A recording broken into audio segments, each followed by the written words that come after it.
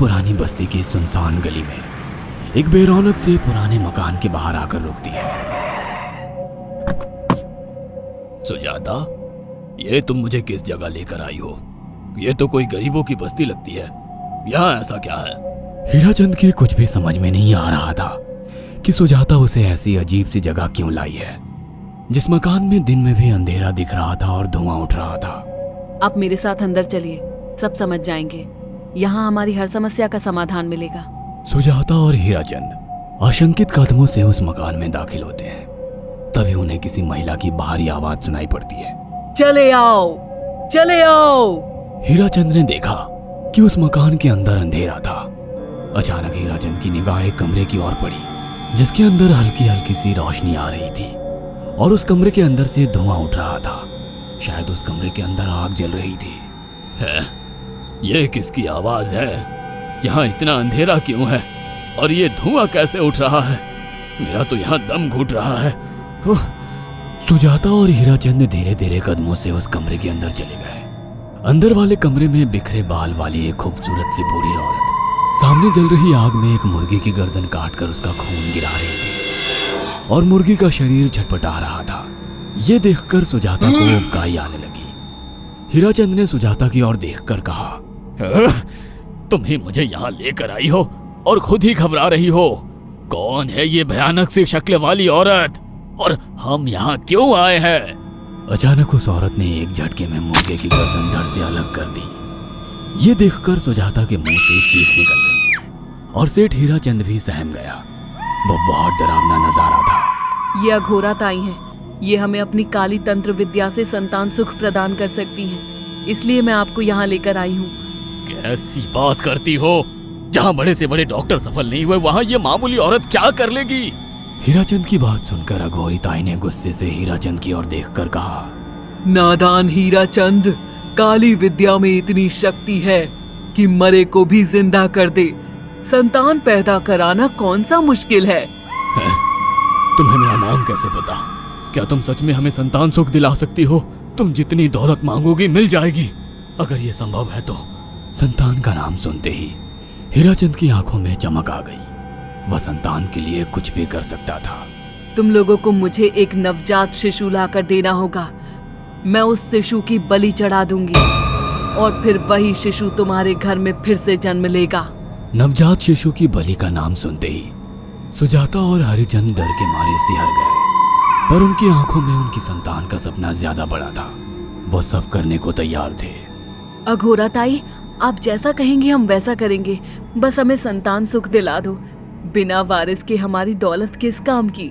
संतान सुख के लिए अंधे हो चुके सुजाता और हरिचंद अपनी नौकरानी शीला से एक नवजात बच्ची चोरी करवा के अघोरी ताई को दे देते हैं।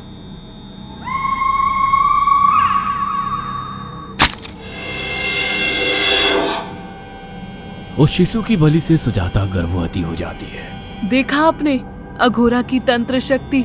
मुझे उस पर पूरा भरोसा था। चलो चलकर उन्हें धन्यवाद कहते हैं। हीराचंद और सुजाता अघोरा ताई के पास पहुंचते हैं। वो दोनों बहुत खुश थे और अघोरा पर उन्हें अंधविश्वास हो गया था। अघोरा ताई, आप महान तंत्रिका है। आपने वो चमत्कार कर दिखाया जो बड़े बड़े डॉक्टर नहीं कर सके। ये काली विद्या है बेटा। अगर तुम दोनों चाहो तो मैं इस विद्या से तुम दोनों को हमेशा के लिए जवान बना सकती हूँ। क्या सच में ऐसा संभव है? हाँ बिल्कुल, पर इसके लिए तुम्हें जवान लड़के और लड़कियों की बलि चढ़ानी होगी। तुम उन्हें यहाँ तक लाओ, बाकी मैं देख लूंगी। जवान रहने की लालच में अंधे सुजाता और हरिचंद एक अनाथ आश्रमों से हर रोज एक लड़की या लड़के को गोद लेने के बहाने अघोरी के पास बलि चढ़ाने ले जाने लगे। और एक दिन अघोरी ताई ने हीराचंद और सुजाता से इंसानी मांस खाने को कहा।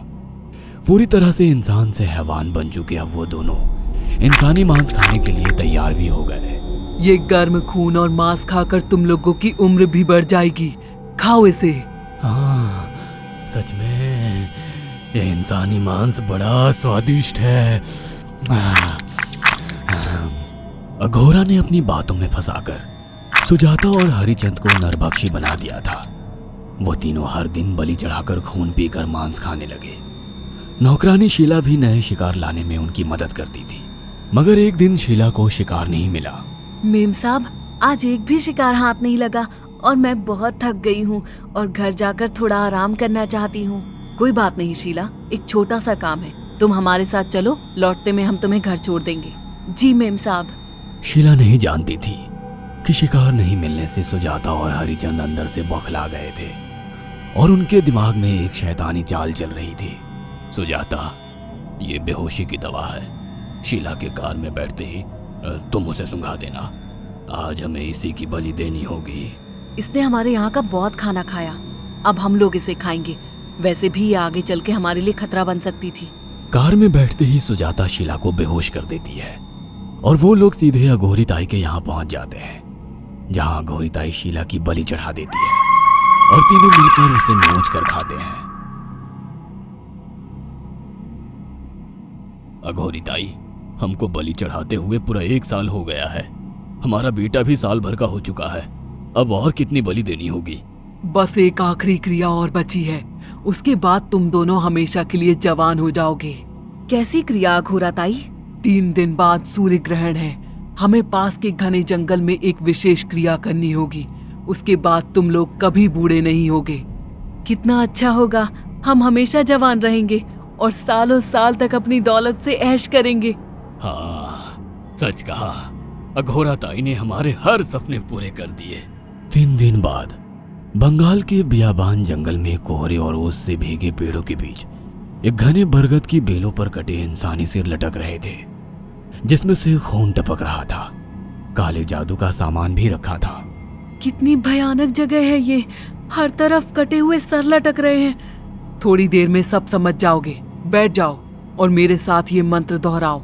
ओ, अघोरा, ये किन लोगों की कटी हुई गर्दनें हैं? आप यहाँ क्या करने वाली हो? हीराचंद की बात सुनकर अघोरा जोर जोर से हंसने लगी और उसने एक शैतानी हंसी हंसते हुए हीराचंद की ओर देखकर कहा,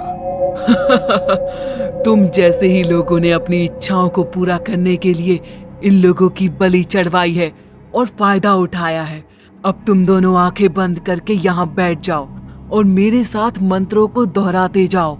अघोरा ने सुजाता और हरिचंद को वशीकरण मंत्र और काले जादू के इस्तेमाल से सम्मोहित कर दिया और देखते ही देखते वो एक भयानक डायन में बदल गई और चीखती हुई बोली, अब मैं तुम दोनों की बलि चढ़ाकर अमर हो जाऊंगी, क्योंकि तुम लोगों ने 100 लोगों की बलि का खून पिया है।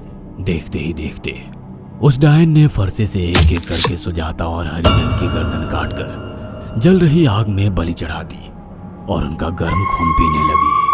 जब तक तुम जैसे मूर्ख और लालची लोग अपने फायदे के लिए दूसरों को मेरे पास लाते रहेंगे, मैं उनका फायदा उठाकर ऐसे ही उनकी बलि चढ़ाती रहूंगी। दरअसल अघोरा एक डायन थी और अपना स्वार्थ पूरा करने के लिए उसने हीराचंद और सुजाता की लालच का फायदा उठाकर उनकी भी बलि चढ़ा दी। बुरे काम का बुरा ही नतीजा मिलता है। अगर आपको हमारी ये कहानी पसंद आई हो तो इसे लाइक और शेयर करना ना भूलें। साथ ही ऐसी और नई कहानियों के अपडेट्स पाने के लिए हमारे चैनल अक्षु टीवी को जरूर सब्सक्राइब करें।